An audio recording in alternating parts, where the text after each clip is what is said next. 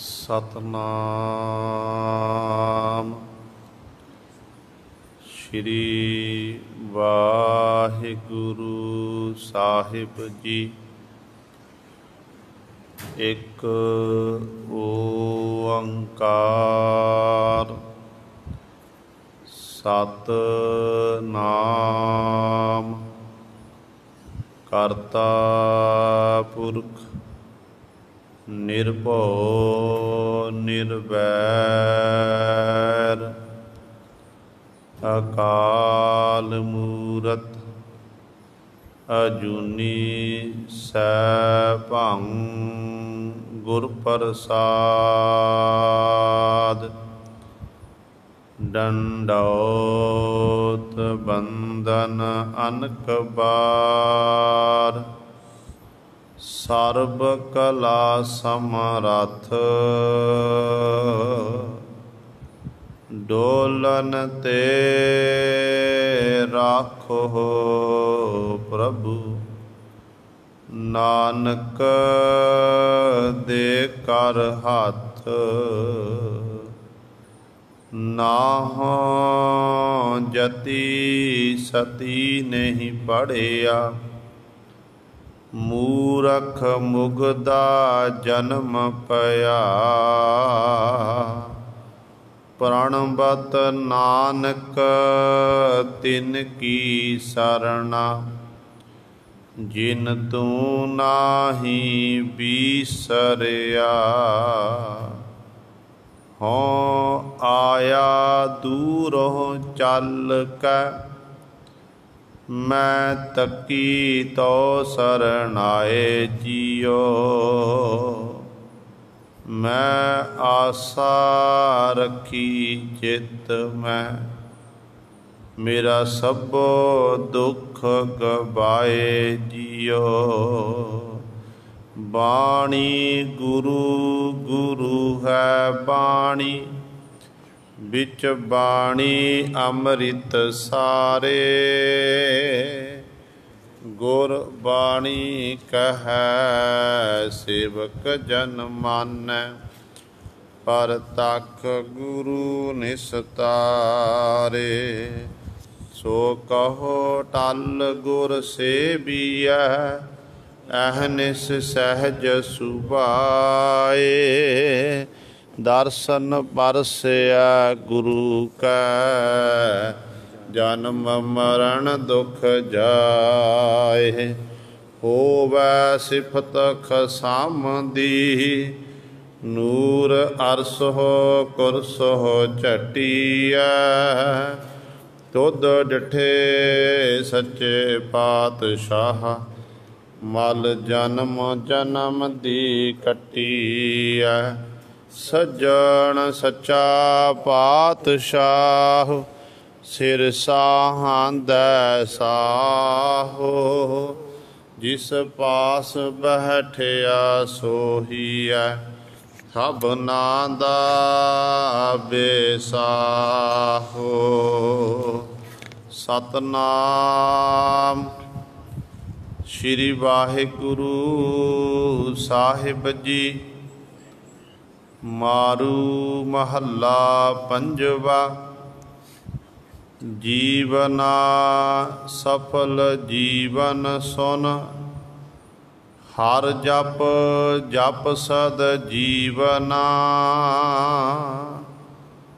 जीवना सफल जीवन सुन हर जप जप सद जीवना रहाव पीवना जित मन आगावै नाम अमृत रस पीवना खावना जित भूख न लागै संतोख सदा तृपति बना पैनना रख पत परमेश्वर फिर नांगे नहीं थी बना भोगना मन मद दे हर रस संत संगत मह लीवना। बिन तागे बिन सूई आनी मन हर भगति संग सीवना। मातिया हर रस मह राते तिस बहुड़ न कबहू औखी बना। मिल्यो तिस सर्ब निधाना पर प्रभ कृपाल जिस दीवना। सुख नानक संतन की सेवा चरण संत तोय पीवना। मिल्यो तिस सर्ब निधाना प्रभ कृपाल जिस दीवना। सुख नानक संतन की सेवा चरण संत तोय पीवना। वाहिगुरु जी का खालसा वाहिगुरु जी की फतेह। परम सन्मानयोग जुगो जुग अटल चबर छतर तख दे मालक लोक परलोक दे रखियक सर्ब सांझी बालता दा उपदेश देण वाले मनुखता दे गुरु धन धन साहिब श्री गुरु ग्रंथ साहिब सच्चे सतगुरु जी दी पावन पवित्र निੱਘੀ गोद अंदर जुड़ बैठे गुरु रूप गुरु सबारे सतसंगी जनों। आप जी बड़ियां भागां वाले हो जो दशमेश पिता गुरु कलगीधर सतगुरु अमृत के दाते सर्वंस दानी सहबे कमाल धन धन साहिब श्री गुरु गोबिंद सिंह महाराज जी की चरण छो धरती महान पवित्र अस्थान गुरुद्वारा मंजी साहिब आलमगीर विखे अमृत वेले तो हाजरियां भर के सतसंगत करके सतगुरु जी दियां खुशियां प्राप्त कर रहे हो। अमृत वेले तो सजे दीवाना विच आप जी ने हुणे ही सत्कार जो गुरु घर दे कीर्तनियां पासों श्री आसा जी की वार दे कीर्तन श्रवण कीते हन। सो आओ गुरु सबारियो समा है जो चल रही लड़ीवार गुरबाणी दी कथा मारू राग दे विचों आप संगतां श्रवण करदियां आ रहीआं हन। जो आप जी ने पावन शब्द हुणे ही श्रवण कीता है इस पावन शब्द की आपां ने विचार श्रवण करनी है। आओ अपनियां मन बिरतियां इकागर करिए ध्यान गुरु चरणां नाल जोड़ीए ते सतगुरु महाराज जी के पावन उपदेश नूं हिरदियां विच वसा के अपना जीवन सफला करिए। करो सारे अपनी रसना पवित्र आखो जी सतनाम श्री वाहिगुरु साहिब जी। सतनाम श्री वाहिगुरु साहिब जी। मारू महला पंजवा जीवना सफल जीवन सुन हर जप जप सद जीवना। मारू राग दे विच पंजवें गुरदेव धरन गगन नवखंड मह जोत स्वरूपी रहियो भार ਭਨ ਮਥੁਰਾ ਕਛ ਭੇਦ ਨਹੀਂ ਗੁਰ ਅਰਜਨ ਪ੍ਰਤੱਖ ਹਰ। ਮਥੁਰਾ ਭੱਟ ਜੀ ਬਚਨ ਕਰਦੇ ਹਨ ਕਿ ਧੰਨ ਗੁਰੂ ਅਰਜਨ ਦੇ ਮਹਾਰਾਜ ਵਿੱਚ ਤੇ ਪਰਮੇਸ਼ਰ ਦੇ ਵਿੱਚ, ਹਰੀ ਦੇ ਵਿੱਚ ਕਿਸੇ ਪ੍ਰਕਾਰ ਦਾ ਭਿੰਨ ਭੇਦ ਨਹੀਂ। ਭਾਵ ਉਹ ਪਰਮੇਸ਼ਰ ਵਾਹਿਗੁਰੂ ਨਿਰਗੁਣ ਸਰੂਪ ਹੈ ਤੇ ਸਤਿਗੁਰੂ ਜੀ ਸਰਗੁਣ ਸਰੂਪ ਹਨ। ਤੇ ਉਹ ਸਤਿਗੁਰੂ ਧੰਨ ਗੁਰੂ ਅਰਜਨ ਦੇ ਮਹਾਰਾਜ ਬਾਣੀ ਕੇ ਬੋਹਿਤ ਸ਼ਾਂਤੀ ਦੇ ਪੁੰਜ ਸਾਡੇ ਉੱਤੇ ਬਖਸ਼ਿਸ਼ ਕਰ ਰਹੇ ਹਨ। ਇਹ ਪਾਵਨ ਸ਼ਬਦ ਅਸ਼ਟਪਦੀ ਸਰਲੇਖ ਦੇ ਵਿੱਚ ਹੈ ਤੇ ਸਤਿਗੁਰੂ ਪਾਤਸ਼ਾਹ ਮਹਾਰਾਜ ਦੇ ਪਾਵਨ ਅੰਕ 1019 ਤੇ ਸੁਸ਼ੋਭਿਤ ਹੈ। ਅੱਜ ਦੇ ਇਸ ਪਾਵਨ ਸ਼ਬਦ ਦੁਆਰਾ ਧੰਨ ਗੁਰੂ ਅਰਜਨ ਦੇਵ ਮਹਾਰਾਜ ਜੀ ਸਾਨੂੰ ਪਾਵਨ ਉਪਦੇਸ਼ ਇਹ ਬਖਸ਼ਿਸ਼ ਕਰ ਰਹੇ ਹਨ ਕਿ ਇਹ ਜੀਵਤ ਹੈ, ਜਿਉਣਾ ਕਿਵੇਂ ਹੈ, ਕਿਸ ਤਰ੍ਹਾਂ ਤਾਂ ਆਪਣੀ ਜ਼ਿੰਦਗੀ ਦਾ ਨਿਰਵਾਹ ਕਰਨਾ ਹੈ, ਤੇ ਖਾਣਾ ਕੀ ਹੈ, ਤੇ ਪਹਿਨਣਾ ਕੀ ਹੈ, ਪੀਣਾ ਕੀ ਹੈ, ਤੇ ਭੋਗਣਾ ਕੀ ਹੈ।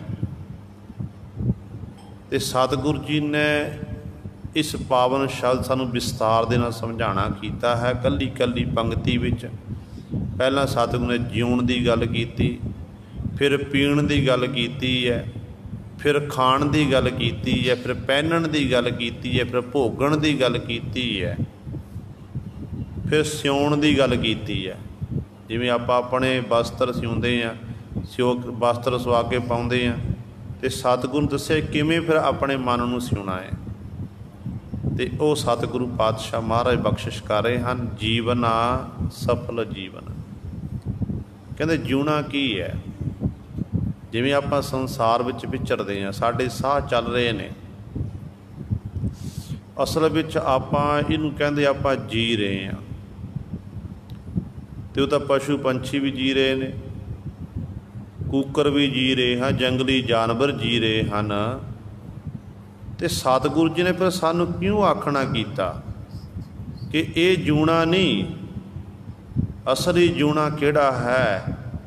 ਕਹਿੰਦੇ ਤੇਰਾ ਜਿਉਣਾ ਸਫਲਾ ਤਾਂ ਹੈ ਜੇ ਤੂੰ ਆਪਣੇ ਕੰਨਾਂ ਦੇ ਰਾਹੀਂ ਸੁਣ ਹਰ ਹਰ ਜਪ ਸਦ ਜੀਵਣਾ।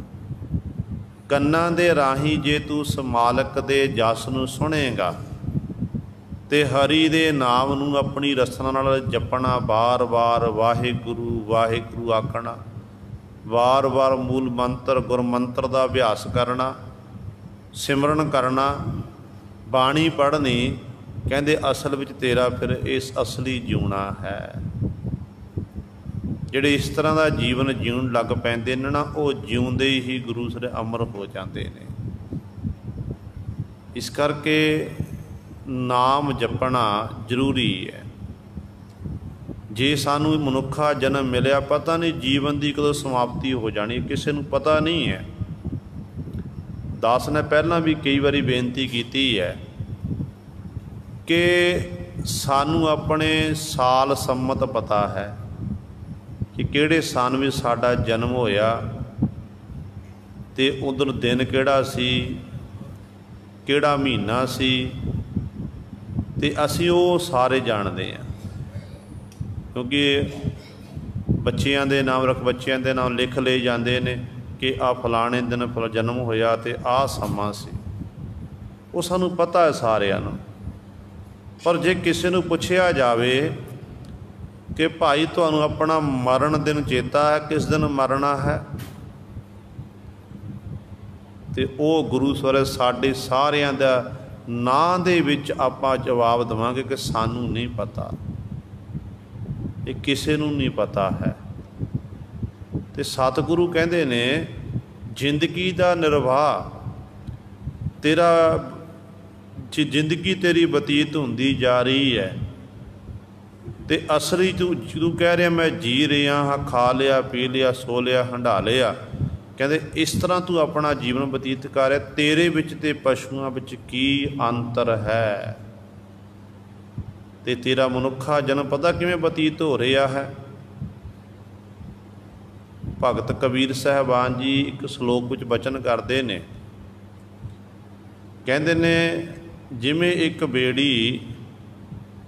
ਬੇੜੀ ਕਹਿੰਦੇ ਜਹਾਜ਼ ਆਪਾਂ ਕਹਿ ਲਈਏ ਪਾਣੀ ਦੇ ਵਿੱਚ ਸਵਾਰ ਹੈ, ਨਦੀ ਵਿੱਚ ਹੈ, ਉਹਦੇ ਵਿੱਚ ਅਨੇਕਾਂ ਛੇਕ ਹੋਏ ਨੇ। ਉਹ ਛੇਕਾਂ ਦੇ ਰਾਹੀਂ, ਉਹਦੇ ਮੋਰੀਆਂ ਰਾਹੀਂ ਜਿਹੜਾ ਪਾਣੀ ਹੈ ਉਸ ਬੇੜੀ ਵਿੱਚ ਅੰਦਰ ਭਰ ਰਿਹਾ ਹੈ। ਤੇ ਕਬੀਰ ਸਾਹਿਬਾਨ ਜੀ ਕਹਿੰਦੇ ਨੇ ਜਦੋਂ ਬੇੜੀ ਵਿੱਚ ਪਾਣੀ ਭਰ ਗਿਆ, ਪਾਣੀ ਭਰਨ ਦੇ ਨਾਲ ਫਿਰ ਬੇੜੀ ਦਾ ਡੁੱਬ ਜਾਣਾ ਹੈ ਕਿ ਕੁਦਰਤੀ ਤੌਰ 'ਤੇ ਜੇ ਬੇੜੀ 'ਚ ਪਾਣੀ ਪੈ ਗਿਆ ਬੇੜੀ ਡੁੱਬੇਗੀ, ਬੇੜੀ ਡੁੱਬ ਜਾਵੇਗੀ। ਕਹਿੰਦੇ ਇਸੇ ਤਰ੍ਹਾਂ ਐ ਜੀਵ ਤੇਰੀ ਮਨੁੱਖਾ ਜਨਮ ਰੂਪੀ ਜਿਹੜੀ ਬੇੜੀ ਹੈ ਨਾ, ਇਹ ਵੀ ਇੱਕ ਤਰ੍ਹਾਂ ਸਮੁੰਦਰ ਵਿੱਚ ਹੈ। ਇਹਨੂੰ ਅਨੇਕਾਂ ਪ੍ਰਕਾਰ ਦੇ ਛੇਕ ਹੋਏ ਫਿਰਦੇ ਨੇ, ਵਿਸ਼ਿਆਂ ਰੂਪੀ ਵਿਕਾਰਾਂ ਰੂਪੀ ਪਾਣੀ ਵਿੱਚ ਭਰ ਰਿਹਾ ਹੈ। ਹਰੂਏ ਹਰੂਏ ਤਰ ਗਏ ਡੂਬੇ ਜਿਨ ਸਿਰ ਭਾਰ। ਪਰ ਜਿਹੜੇ ਹੌਲੇ ਹੋਣਗੇ, ਭਾਵ ਜਿਹੜੇ ਤਾਂ ਹਲਕੇ ਫੁਲਕੇ ਹੋਣਗੇ, ਜਿਨ੍ਹਾਂ ਨੇ ਆਪਣੇ ਸਿਰ ਉੱਤੇ ਪਾਪਾਂ ਦੀ ਪੰਡ ਨਹੀਂ ਚੁੱਕੀ ਹੋਈ ਹੈ, ਜਿਹੜੇ ਗੁਰੂ ਸਵਾਰਿਓ ਵਿਸ਼ੇ ਵਿਕਾਰਾਂ ਤੋਂ ਰਹਿਤ ਹੋ ਗਏ ਨੇ, ਉਹ ਤਾਂ ਤਰ ਜਾਣਗੇ। ਪਰ ਭਗਤ ਜੀ ਕਹਿੰਦੇ ਡੂਬੇ ਜਿਨ ਸਿਰ ਭਾਰ। ਕਬੀਰ ਬੇੜਾ ਜਰਜਰਾ ਫੂਟੇ ਛੇਕ ਹਜ਼ਾਰ। ਹਰੂਏ ਹਰੂਏ ਤਰ ਗਏ ਡੂਬੇ ਜਿਨ ਸਿਰ ਭਾਰ। ਜਿਨ੍ਹਾਂ ਨੇ ਸਿਰ ਉੱਤੇ ਪਾਪਾਂ ਦਾ ਭਾਰ ਚੁੱਕਿਆ, ਅਸਲ ਵਿੱਚ ਉਹ ਡੁੱਬ ਜਾਣਗੇ। ਤੇ ਪਰਮਾਤਮਾ ਦੇ ਨਾਮ ਤੋਂ ਬਿਨਾਂ ਸੱਚ ਜਾਣਿਓ ਆਪਾਂ ਸਾਰੇ ਹੀ ਡੁੱਬ ਰਹੇ ਹਾਂ। ਤਾਈਓ ਭਗਤ ਨਾਮਦੇਵ ਸਾਹਿਬਾਨ ਜੀ ਨੇ ਕਹਿ ਦਿੱਤਾ ਕਿ ਮੋਕੋ ਤਾਰ ਲੈ ਰਾਮਾ ਤਾਰ ਲੈ, ਮੈਂ ਅਜਾਨ ਜਨ ਤਰਬੇ ਨਾ ਜਾਨੋ, ਬਾਪ ਬੀਠਲਾ ਬਾਂਹ ਦੇ।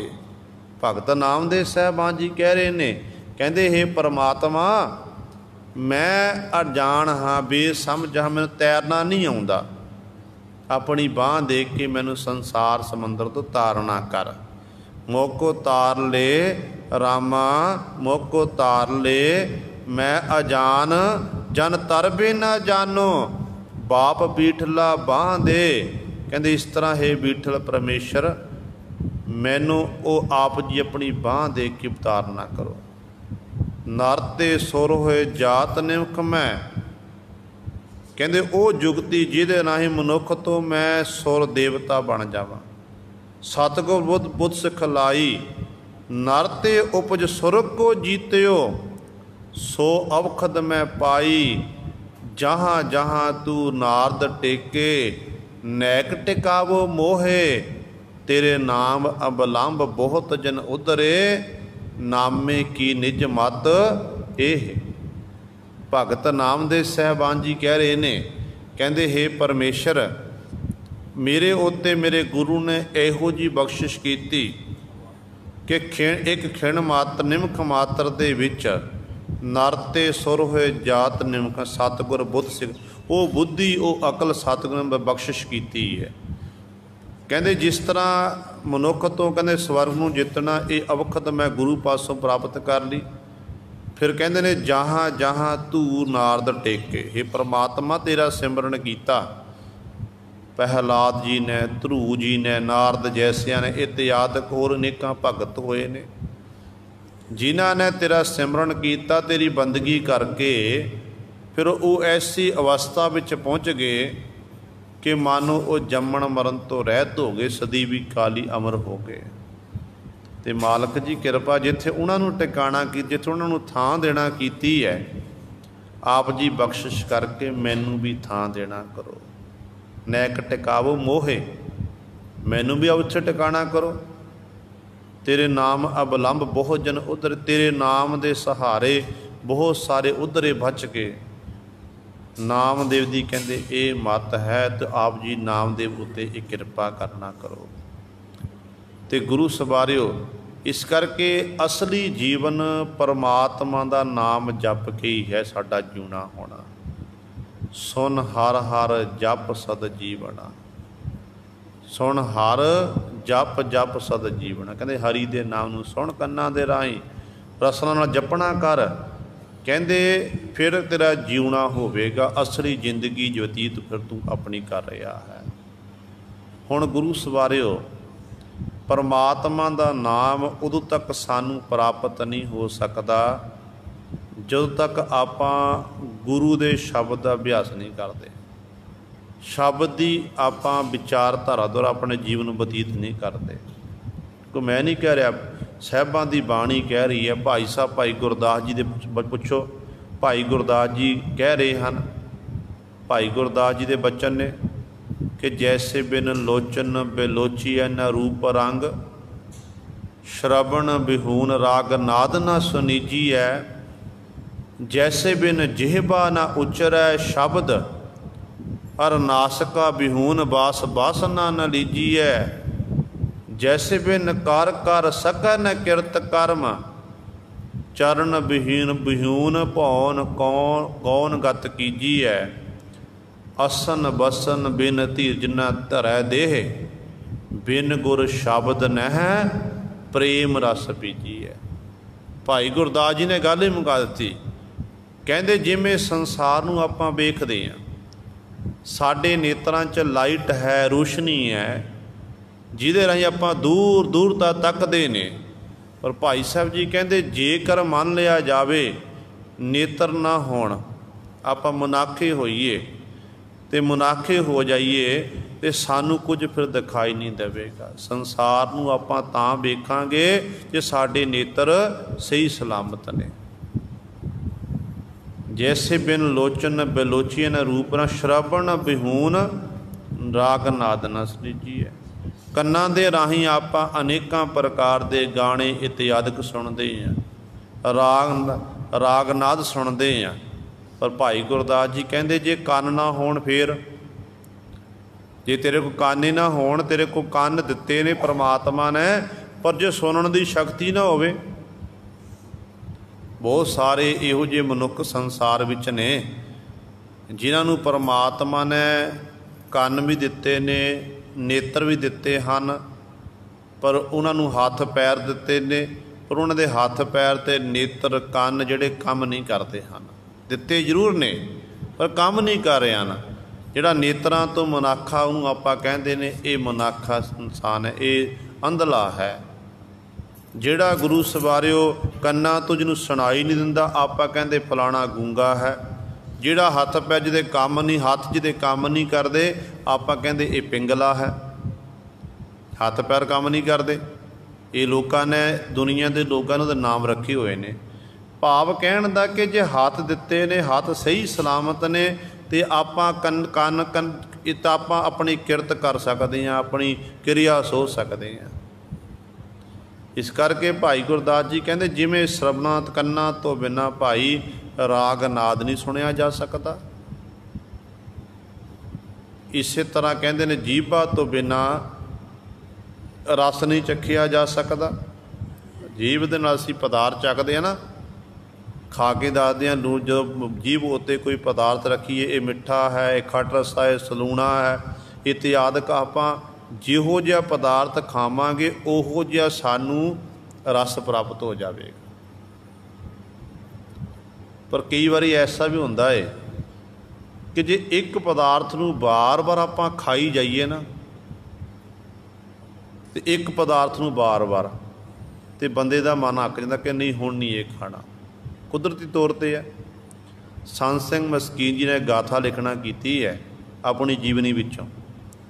कहते ने मेरे नाल कहते संत मथुरा सिंह जी सन। असी सिक्खी का प्रचार करने वास्ते किते बाहर गए। संत मथुरा सिंह जी का बड़ा सत्कार सी,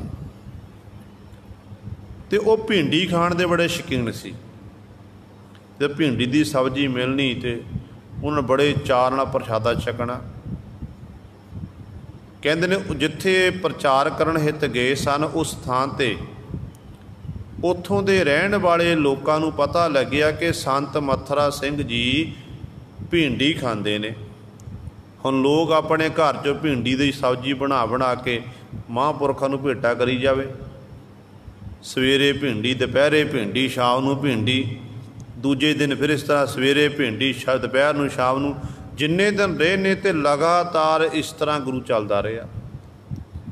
एक दिन संत जी फिर कहते ने बड़े गुस्से विच आए, कह चक के ले जाओ भिंडी नूं, मैं नहीं खानी, ये भिंडी मैं नहीं छकनी।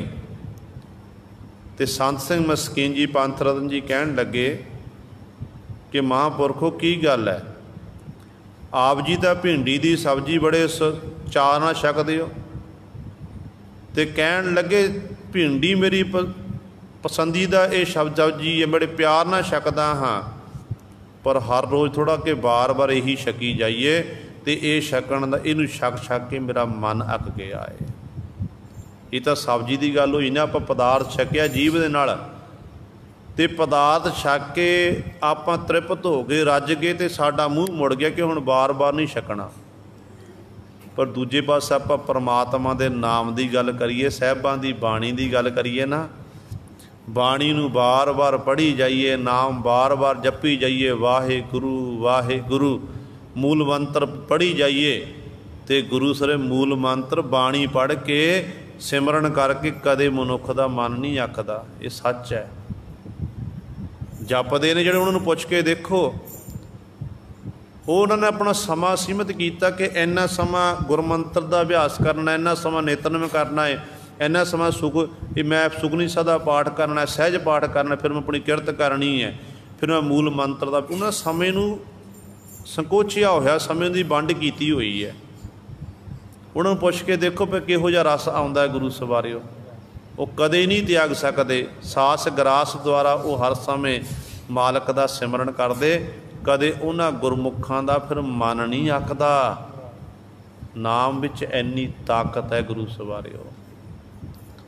इस करके भाई गुरदास जी कहते ने, जीभा दे नाल कहते नेकां प्रकार दे रस का चख ले, जे जीव ना होवे कहते रस कस दस किवें चखेगा भाई तू। जैसे बिन जेबा ना उचरै शब्द, और नासका बिहून बस बस ना लीजी है। जीभा तो बिना बोल भी नहीं सकता है। जीभा तो बिना जे जबान दी है परमात्मा ने, तो जे जीव ना लाई होवे आपां बोल नहीं सकते, गूंगे होवांगे। नक तो बिना सगंधी नहीं ले सकते, नक है साडा तो सगंधी लेंदे नहीं आपां। नासका बिहून बैस बासना जैसे बिन कर कर जिस तरह हत्थां दे राही कहते आपां किरत नहीं कर सकते हाँ। चरण बिहून भौन गौन गत कीजी है। जे साडे पैर सही सलामत नहीं हैं, मानो मालक ने सानू मनुखा जन्म दे दिता, पर साडे पैर नहीं लाना कीते, जां इंज कह लीए पैर दिते ने, पैर साडे काम नहीं करते। कहते आलीशान साडा मकान बनया, घर बनया होया है, तो मन कीता मैं अपने सारे घर का चक्कर लाना करा, मैं घर की मकान की छत उत्ते जाना करे, मैं थल्ले उतरना करा, कदे उपर चढ़ा। कहते किवें चढ़ेगा जे पैर ही नहीं चलते, कहते किस तरह चढ़ सके। एक मंजे उत्ते बैठा होया बिरलाप करेगा कि मेरी इहो जे मेरे इन्ने माड़े कर्म कि मैं उत्ते नहीं चढ़ सकता, मैं अपने घर दे विच नहीं विचर सकता, बाकी बाहर विचरण की दूर की गल है। तो भाई गुरदास जी कहते ने इस तरह ही जैसे बिन कार कार सकै न किरत कर्म, चरण बिहून भौन गौन गत कीजी है। आसन बसन बिन धीरज न धरै देह, बिन गुर शब्द नह प्रेम रस बीजी है। साडी जिहड़ी ये देही है, पंच भूतक देही, इस देही की खुराक है, इनू ढक्कण दे लई सानू वस्त्र की लोड़ है, तो इनू चलाउण दे लई गुरु सर सानू खुराक की लोड़ है, भोजन की लोड़ है। जे भोजन ना मिले तो भुखे तो बिन भुख नाल आपां साडा जिहड़ा शरीर खत्म हो जाएगा। जे साडा गुरु सवारियो सानू भोजन प्रशादा मिल गया तो साडा शरीर चलदा है। भाई गुरदास जी जिस तरह कहते देही धीरज नहीं धारण सकती, धारण कर सकती है, प्रशादे तो बिना वस्त्र तो बिना, कहते इस तरह बिन गुर शब्द नह प्रेम रस पीजी है। गुरु दे शब्द तो बिना ਪ੍ਰੇਮ ਦਾ ਰਸ ਪੀਤਾ ਨਹੀਂ ਜਾ ਸਕਦਾ ਹੈ। ਜੇ ਨਾਮ ਦਾ ਰਸ ਪੀਣਾ ਨਾ ਤੇ ਗੁਰੂ ਦੇ ਸ਼ਬਦ ਨਾਲ ਜੁੜਨਾ ਪਵੇਗਾ, ਸ਼ਬਦ ਦਾ ਅਭਿਆਸ ਕਰਨਾ ਪਵੇਗਾ, ਫਿਰ ਗੁਰੂ ਸਵਾਰਿਓ ਸਾਡਾ ਮਨ ਕੇਂਦਰਿਤ ਹੋਵੇਗਾ। ਪਰ ਆਪਾਂ ਇੱਕ ਵਾਰੀ ਦੋ ਵਾਰੀ ਪੜ੍ਹਦੇ ਹਾਂ, ਕਹਿੰਦੇ ਚਲੋ ਸਾਡਾ ਮਨ ਨਹੀਂ ਲੱਗਦਾ। ਮਨ ਕਿਸ ਦਿਨ ਲੱਗਦਾ? ਇਹ ਸੱਚ ਹੈ। ਮਨ ਤਾਂ ਲਾਉਣਾ ਪੈਂਦਾ ਹੈ, ਕੋਸ਼ਿਸ਼ ਕਰਨੀ ਪੈਂਦੀ ਹੈ। ਮੰਨ ਲਓ ਜਿਵੇਂ ਇੱਕ ਬੱਚੇ ਨੇ ਸਾਈਕਲ ਚਲਾਉਣਾ ਸਿੱਖਿਆ, ਆਪਾਂ ਦੇਖਦੇ ਹਾਂ ਛੋਟੇ ਬੱਚਿਆਂ ਦੇ ਸਾਈਕਲ, ਅਤੇ ਜਿੱਥੇ ਸਾਈਕਲ 2 ਟਾਇਰਾਂ ਵਾਲਾ ਅਤੇ ਨਾਲ 2 ਛੋਟੇ ਛੋਟੇ ਟਾਇਰ ਲਾਏ ਹੁੰਦੇ ਨੇ। ਬੱਚਾ ਉਹ ਸਾਈਕਲ ਉੱਤੇ ਬੈਠਦਾ, ਉਹਨੂੰ ਚਲਾਉਂਦਾ, ਉਹ ਟਾਇਰਾਂ ਦੇ ਸਹਾਰੇ ਫਿਰ ਸਾਈਕਲ ਚੱਲਦਾ ਹੈ ਹੌਲੀ ਹੌਲੀ। ਜਦੋਂ ਬੱਚੇ ਦੇ ਹੱਥ ਟਿਕ ਜਾਂਦੇ ਨੇ, ਉਹ ਆਪਣਾ ਬੈਲੈਂਸ ਬਣਾ ਲੈਂਦਾ ਏ ਅਤੇ ਹੌਲੀ ਹੌਲੀ ਫਿਰ ਉਹ ਟਾਇਰਾਂ ਨੂੰ ਲਾਹ ਦਿੱਤਾ ਜਾਂਦਾ ਹੈ। ਟਾਇਰ ਲਾਹ ਦਿੱਤੇ ਗਏ ਅਤੇ ਬੱਚਾ ਬਿਨਾਂ ਟਾਇਰਾਂ ਤੋਂ, ਜਿਹੜੇ ਸਾਈਡ ਵਾਲੇ ਟਾਇਰ ਉਹਨਾਂ ਤੋਂ ਬਿਨਾਂ ਤੋਂ, ਇਸ ਤਰ੍ਹਾਂ ਉਹ ਸਾਈਕਲ ਨੂੰ ਵਧੀਆ ਚਲਾਉਣ ਲੱਗ ਪਿਆ। ਭਾਵ ਉਹਨੇ ਅਭਿਆਸ ਕੀਤਾ, ਬੱਚੇ ਨੇ ਅਭਿਆਸ ਕਰਨ ਦੇ ਰਾਹੀਂ ਉਹਨੂੰ ਸਾਈਕਲ ਚਲਾਉਣਾ ਆ ਗਿਆ। ਕਿਸੇ ਨੇ ਗੱਡੀ ਸਿੱਖੀ ਹੈ ਅਤੇ ਅਭਿਆਸ ਕੀਤਾ ਅਤੇ ਗੱਡੀ ਚਲਾਉਣੀ ਆ ਗਈ, ਅਤੇ ਅਭਿਆਸ ਨਾਲ ਹੀ ਗੁਰੂ ਸਾਹਿਬ ਸਭ ਕੁਝ ਹੁੰਦਾ ਹੈ। ਇਸੇ ਤਰ੍ਹਾਂ ਜਦੋਂ ਆਪਾਂ ਨਾਮ ਬਾਣੀ ਦਾ ਅਭਿਆਸ ਕਰਾਂਗੇ, ਅੰਮ੍ਰਿਤ ਵੇਲੇ ਉੱਠਾਂਗੇ ਅਤੇ ਉਸ ਵਾਹਿਗੁਰੂ ਨੂੰ ਚੇਤੇ ਕਰਾਂਗੇ, ਅਤੇ ਸਾਡਾ ਮਨ ਖਿੰਡਿਆ ਹੋਇਆ ਮਨ ਉਹ ਵੀ ਸਾਡਾ ਇੱਕ ਦਿਨ ਕੇਂਦਰਿਤ ਹੋ ਜਾਵੇਗਾ। ਪਰ ਇਹ ਨਹੀਂ ਆਪਾਂ 10 ਦਿਨ 15 ਦਿਨ 20 ਦਿਨ ਕਰ ਲਿਆ, ਮੁੜ ਕੇ ਕਹਿੰਦੇ ਨਹੀਂ ਆਪਾਂ ਨਹੀਂ ਕਰਨਾ। ਨਹੀਂ, ਇਹ ਸਤਿਗੁਰੂ ਕਹਿੰਦੇ ਨੇ ਇਹ ਤਾਂ ਉੱਠਤ ਬੈਠਤ ਸੋਵਤ ਨਾਮ ਕਹੋ ਨਾਨਕ ਜਨ ਕੈ ਸਦਕਾਮ, ਕਿ ਹਰ ਸਮੇਂ ਨਾਮ ਜਪਣਾ, ਹਰ ਸਮੇਂ ਵਾਹਿਗੁਰੂ ਵਾਹਿਗੁਰੂ ਮੁੱਕੂ ਆਖਣਾ, ਸਮੇਂ ਨੂੰ ਅਜਾਈ ਨਹੀਂ ਜਾਣ ਦੇਣਾ। ਕਹਿੰਦੇ ਜਦੋਂ ਇਸ ਤਰ੍ਹਾਂ ਤੂੰ ਆਪਣਾ ਜੀਵਨ ਬਤੀਤ ਕਰਨ ਲੱਗ ਪਿਆ ਨਾ, ਫਿਰ ਕਹਿੰਦੇ ਜਪ ਜਪ ਸਦ ਜੀਵਨਾ, ਹਰੀ ਦਾ ਨਾਮ ਜਪ ਜੋ, ਇਹ ਤੇਰਾ ਅਸਲੀ ਜਿਉਣਾ ਹੈ। ਇਸ ਤਰ੍ਹਾਂ ਤੂੰ ਕਹਿੰਦੇ ਜੀਣਾ ਕਰ ਰਹਾਉ, ਪੀਵ ਨਾ ਜਿਤ ਮਨ ਆਗਾਵੈ, ਨਾਮ ਅੰਮ੍ਰਿਤ ਰਸ ਪੀਵਨਾ। ਵਿਸ਼ਰਾਮ ਦੇ ਕੇ ਰੁਕ ਕੇ ਗੁਰੂ ਸਾਹਿਬਾਨ ਜੀ ਬਖਸ਼ਿਸ਼ ਕਰਦੇ ਨੇ। ਪੀਵਨਾ ਜਿਤ ਮਨ ਆਗਾਵੈ। ਹੁਣ ਮਨ ਕਦੇ ਰਚਿਆ? ਮਨ ਤਾਂ ਕਦੇ ਰਚਦਾ ਨਹੀਂ ਹੈ। ਮਨ ਤਾਂ ਹਰ ਸਮੇਂ ਕਿਸੇ ਨਾ ਕਿਸੇ ਪ੍ਰਕਾਰ ਦੀ ਭੁੱਖ ਲੱਗੀ ਰਹਿੰਦੀ ਹੈ। ਕਹਿੰਦੇ ਆਪਣੀ ਪਿਆਸ ਬੁਝਾਉਣ ਵਾਸਤੇ ਅਸੀਂ ਪਾਣੀ ਪੀਂਦੇ ਹਾਂ। ਪਾਣੀ ਸਾਡਾ ਜੀਵਨ ਹੈ। ਜੇ ਪਾਣੀ ਨਾ ਹੋਵੇ, ਪਾਣੀ ਤੋਂ ਬਿਨਾਂ ਸਾਡੀ ਜ਼ਿੰਦਗੀ ਦਾ ਨਿਰਵਾਹ ਨਹੀਂ ਹੈ। ਰੋਟੀ ਤੋਂ ਬਿਨਾਂ ਆਪਾਂ 1 ਦਿਨ 2 ਦਿਨ ਕੱਢ ਸਕਦੇ ਹਾਂ, ਉਹ ਵੀ ਬੜੇ ਔਖੇ ਨੇ ਕੱਢਣੇ, ਪਰ ਮੰਨ ਲਿਆ ਜਾ ਕੱਢੇ ਜਾ ਸਕਦੇ ਨੇ। ਪਰ ਪਾਣੀ ਤੋਂ ਬਿਨਾਂ ਗੁਰੂ ਸਾਹਿਬ ਆਪਾਂ ਜੀਵਨ ਦਾ ਨਿਰਵਾਹ ਨਹੀਂ ਕਰ ਸਕਦੇ, ਇਹ ਸੱਚ ਹੈ। ਅਤੇ ਸਤਿਗੁਰੂ ਜੀ ਬਚਨ ਕਰਦੇ ਨੇ, ਕਹਿੰਦੇ ਜੇ ਭਾਈ ਤੈਂ ਪੀਣਾ ਨਾ, ਜੇ ਤੂੰ ਚਾਹੁੰਦਾ ਤੇ ਆਪਣੇ ਮਨ ਨੂੰ ਰਜਾਣਾ ਮੈਂ, ਕਹਿੰਦੇ ਫਿਰ ਉਹ ਨਾਮ ਅੰਮ੍ਰਿਤ ਰਸ ਪੀਵਣਾ, ਆ ਪਰਮਾਤਮਾ ਦਾ ਨਾਮ ਰੂਪੀ ਅੰਮ੍ਰਿਤ ਰਸ ਪੀਣਾ ਕਰ। ਇਹਦੇ ਰਾਹੀਂ ਤੇਰਾ ਮਨ ਅਗਾਵੈ ਰੱਜ ਜਾਵੇਗਾ, ਤੇਰਾ ਮਨ ਵਾਰ ਵਾਰ ਉਸ ਮਾਲਕ ਨੂੰ ਚੇਤੇ ਕਰੇਗਾ। ਇਹ ਕਹਿੰਦੇ ਤੂੰ ਖੁਰਾਕ, ਨਾਮ ਅੰਮ੍ਰਿਤ ਦੀ ਖੁਰਾਕ, ਕਹਿੰਦੇ ਇਹ ਰਸ ਪੀਣਾ ਕਰ। ਖਾਵ ਨਾ ਜਿਤ ਭੂਖ ਨ ਲਾਗੈ, ਸੰਤੋਖ ਸਦਾ ਤ੍ਰਿਪਤੀ ਬਨਾ। ਖਾਵਣਾ ਜਿਤ ਭੂਖ ਨ ਲਾਗੈ। ਸਰੀਰ ਨੂੰ ਚਲਾਉਣ ਵਾਸਤੇ, ਸਰੀਰ ਦੇ ਨਿਰਵਾਹ ਵਾਸਤੇ ਅਸੀਂ ਭੋਜਨ ਛਕਦੇ ਹਾਂ। ਹਰ ਇੱਕ ਮਨੁੱਖ ਨੂੰ ਹੀ ਲੋੜ ਹੈ, ਚਾਹੇ ਉਹ ਜੀਵ ਜੰਤੂ, ਚਾਹੇ ਪਸ਼ੂ ਹੈ, ਚਾਹੇ ਪੰਛੀ ਹੈ, ਚਾਹੇ ਮਨੁੱਖ ਹੈ। 84 ਲੱਖ ਜੂਨਾਂ ਦੀ ਖੁਰਾਕ ਹੈ। ਕੋਈ ਮਾਸਾਹਾਰੀ ਹੈ, ਕੋਈ ਸ਼ਾਕਾਹਾਰੀ ਹੈ। ਅਤੇ ਇਸ ਕਰਕੇ ਸਤਿਗੁਰੂ ਕਹਿੰਦੇ ਨੇ ਜਿਹੜੀ ਇੱਕ ਵਾਰੀ ਭੋਜਨ ਛਕ ਲਿਆ ਅਤੇ ਦੁਬਾਰਾ ਫਿਰ ਭੁੱਖ ਲੱਗ ਜਾਂਦੀ ਹੈ। ਸਵੇਰੇ ਛਕਿਆ, ਨਾਸ਼ਤਾ ਕੀਤਾ, ਦੁਪਹਿਰ ਨੂੰ ਫਿਰ ਭੁੱਖ ਲੱਗ ਗਈ, ਦੁਪਹਿਰੇ ਛਕਿਆ ਅਤੇ ਸ਼ਾਮ ਨੂੰ ਫਿਰ ਲੱਗ ਗਈ। ਅਤੇ ਕਈ ਐਸੇ ਨੇ ਜਿਹੜੇ ਸੁਬਾਹ ਸ਼ਾਮ ਛਕ ਦੁਪਹਿਰੇ ਛਕਦੇ ਨਹੀਂ ਹਨ। ਤੇ ਥੋੜ੍ਹਾ ਅੰਨ ਖਾਣਾ ਚਾਹੀਦਾ। ਵੈਸੇ ਤਾਂ ਥੋੜ੍ਹਾ ਖਾਣਾ, ਥੋੜ੍ਹਾ ਸੌਣਾ ਗੁਰਮੁਖਾਂ ਦਾ ਜੀਵਨ ਹੈ ਗੁਰੂ ਸਵਾਰਿਓ। ਅਤੇ ਵੱਧ ਤੋਂ ਵੱਧ ਸਮਾਂ ਉਸ ਮਾਲਕ ਦੀ ਯਾਦ 'ਚ ਗੁਜ਼ਾਰਦੇ ਨੇ। ਅਤੇ ਸਤਿਗੁਰੂ ਕਹਿੰਦੇ ਨੇ ਇਸ ਤਰ੍ਹਾਂ, ਕਹਿੰਦੇ ਤੇ ਖਾਧਾ ਭੋਜਨ, ਖਾਧਾ ਭੋਜਨ ਖਾ ਕੇ ਤੈਨੂੰ ਕਹਿੰਦੇ ਫਿਰ ਦੁਬਾਰਾ ਭੁੱਖ ਲੱਗ ਗਈ। ਤੇਰਾ ਇਸ ਤਰ੍ਹਾਂ ਕਹਿੰਦੇ ਤੇਰਾ ਮਨ ਤਾਂ ਰੱਜਿਆ ਨਹੀਂ ਹੈ, ਤੈਨੂੰ ਸੰਤੋਖ ਤਾਂ ਪ੍ਰਾਪਤ ਨਹੀਂ ਹੋਇਆ। ਕਹਿੰਦੇ ਉਹ ਭੋਜਨ ਛਕ ਜਿਹਦੇ ਰਾਹੀਂ ਤੇਰੇ ਅੰਦਰੋਂ ਵਿਕਾਰਾਂ ਦੀ ਭੁੱਖ ਮਿਟ ਜਾਵੇ, ਤੈਨੂੰ ਸੰਤੋਖ ਪ੍ਰਾਪਤ ਹੋ ਜਾਵੇ। ਉਹ ਭੁੱਖ ਕਿਹੜੀ ਹੈ, ਉਹ ਕਿਹੜਾ ਭੋਜਨ ਹੈ? ਤੇ ਸਤਿਗੁਰੂ ਕਹਿੰਦੇ ਨੇ ਦੇਹ ਨਾਮ ਸੰਤੋਖੀਆ ਉਤਰੈ ਮਨ ਕੀ ਭੁੱਖ। ਕਹਿੰਦੇ ਮਾਲਕ ਦੇ ਦਰ ਤੋਂ ਇੰਝ ਬੇਨਤੀ ਕਰ ਕਿ ਮਾਲਕ ਪ੍ਰਭੂ ਜੀ ਸਾਨੂੰ ਸੰਤੋਖ ਦੇਣਾ ਕਰੋ, ਸਬਰ ਸੰਤੋਖ ਬਖਸ਼ੋ, ਤਾਂ ਕਿ ਸਾਡੇ ਮਨ ਦੀ ਭੁੱਖ ਮਿਟ ਜਾਵੇ। ਉਹ ਸਮਾਂ ਯਾਦ ਕਰੋ ਜੋ ਸਿੰਘਾਂ ਦੇ ਸਿਰਾਂ ਦੇ ਮੁੱਲ ਪੈਂਦੇ ਸੀ ਨਾ। ਸਿੰਘ ਭੁੱਖੇ ਭਾਣੇ ਜੰਗਲਾਂ ਵਿੱਚ ਰਹਿੰਦੇ ਸੀ, ਘੋੜੀਆਂ ਦੀਆਂ ਕਾਠੀਆਂ ਉੱਤੇ ਰਹਿ ਕੇ ਆਪਣੇ ਜੀਵਨ ਦਾ ਨਿਰਵਾਹ ਕਰਦੇ ਸੀ।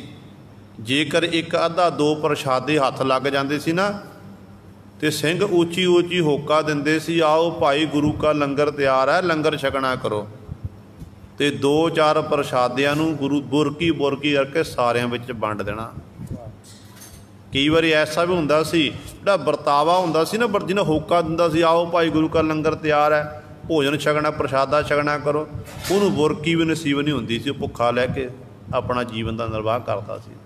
ਕਾਰਨ ਕੀ? ਉਹਨਾਂ ਗੁਰਮੁਖਾਂ ਨੂੰ ਸੰਤੋਖ ਪ੍ਰਾਪਤ ਹੋ ਗਿਆ ਸੀ। ਉਹ ਸੰਤੋਖੀ ਬਣ ਚੁੱਕੇ ਸਨ।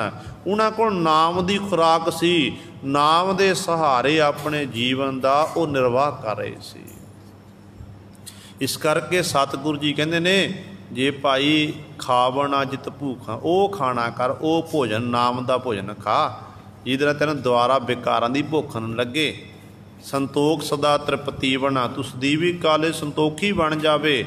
ਅਤੇ ਇਸ ਤਰ੍ਹਾਂ ਕਹਿੰਦੇ ਤ੍ਰਿਪਤ ਹੋ ਜਾਵੇ, ਵਿਕਾਰਾਂ ਵੱਲੋਂ ਰੱਜ ਜਾਵੇ, ਵਿਕਾਰ ਤੈਨੂੰ ਪੋਹ ਨਾ ਸਕਣ। ਕਹਿੰਦੇ ਇਹੋ ਜਿਹਾ ਭੋਜਨ, ਇਹੋ ਜਿਹਾ ਪ੍ਰਸ਼ਾਦਾ ਤੂੰ ਛਕਣਾ ਕਰ। ਇਸ ਤਰ੍ਹਾਂ ਕਹਿੰਦੇ ਤੂੰ ਆਪਣੇ ਜੀਵਨ ਨੂੰ ਬਤੀਤ ਕਰ। ਪਹਿਨਣਾ ਰੱਖ ਪਤ ਪਰਮੇਸ਼ਰ, ਫਿਰ ਨਾਂਗੇ ਨਹੀਂ ਥੀਵਣਾ। ਪਹਿਨਣਾ, ਹੁਣ ਸਰੀਰ ਦੇ ਉੱਤੇ ਗੁਰੂ ਆਪਣਾ ਨਗੇਜ ਕਹਿੰਦਾ, ਆਪਣੀ ਸਮਰੱਥਾ ਮੁਤਾਬਕ ਹਰ ਇੱਕ ਮਨੁੱਖ ਹੁੰਦਾ, ਪਰ ਗੁਰੂ ਸਾਹਿਬਾਨ ਜੀ ਕਹਿੰਦੇ ਨੇ ਤੂੰ ਵਸਤਰ ਪਹਿਨਣਾ ਹੀ ਹੈ, ਇਹੋ ਜੀ ਤੂੰ ਵਸਤਰ ਪਹਿਨ ਜਿਹਦੇ ਰਾਹੀਂ ਪਰਮੇਸ਼ਰ ਵਾਹਿਗੁਰੂ ਤੇਰੀ ਪੱਤ ਸਿਰ ਨੰਗਾ ਸਿਰ ਤੇਰਾ ਕੱਜ ਲਵੇ। ਪਾ ਤੇਰੀ ਨੰਗੇ ਸਿਰ ਤੋਂ ਭਾਵ ਤੇਰੀ ਪੱਤ ਤੇਰਾ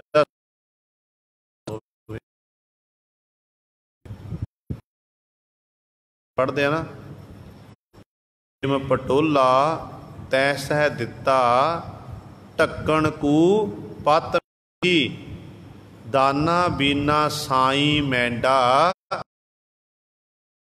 ਸਾ। ਪ੍ਰੇਮ ਰੂਪੀ ਪਟੋਲੇ ਦਾ ਅਰਥ ਹੈ ਵਸਤਰ। ਹੇ ਮੇਰੇ ਮਾਲਕ ਜੀ, ਹੇ ਗੁਰੂ ਜੀ, ਆਪ ਜੀ ਨੇ ਵੱਡੀ ਬਖਸ਼ ਤੇ ਵਿਸ਼ੇ ਰਸਾਂ ਵਿੱਚ ਐਸਾ ਗਲਤਾਨ ਹੋ ਜਾਂਦਾ। ਕਈ ਵਾਰੀ ਮਨੁੱਖ